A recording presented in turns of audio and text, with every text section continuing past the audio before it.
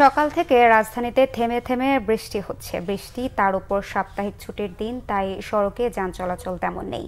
রাজধানীর কারওয়ান বাজার, ফার্মগেট, পল্টন, গুলিস্তান, মতিঝিল সহ বিভিন্ন এলাকায় ঘুরে দেখা যায় বাস, অটোরিকশা চলাচল করলেও ব্যক্তিগত গাড়ি তেমন নেই। যারা ঘর থেকে বের হয়েছেন কিছুটা ভোগান্তিতে পড়তে হয় তাদের।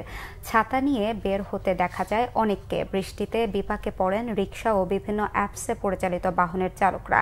টানা বৃষ্টিতে রাজধানীর বেশ কিছু জায়গায় জলাবদ্ধতাও তৈরি হয়েছে। আবহাওয়া অফিস জানিয়েছে, মৌসুমী বায়ুর প্রভাবে এই বৃষ্টিপাত শুরু হয়েছে। শনি ও রবিবার বৃষ্টির পরিমাণ কিছুটা কমলেও সোমবার থেকে আবারও বৃষ্টি বাড়বে। খুলনা, বরিশাল ও চট্টগ্রাম বিভাগে এই বৃষ্টির পরিমাণ সবচেয়ে বেশি থাকবে বলেও জানিয়েছে আবহাওয়া অফিস।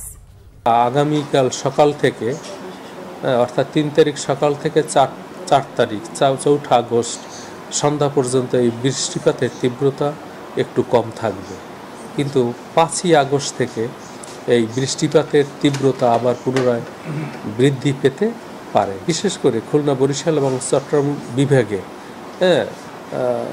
এই বৃষ্টিপাতের তীব্রতা সবচেয়ে বেশি থাকবে।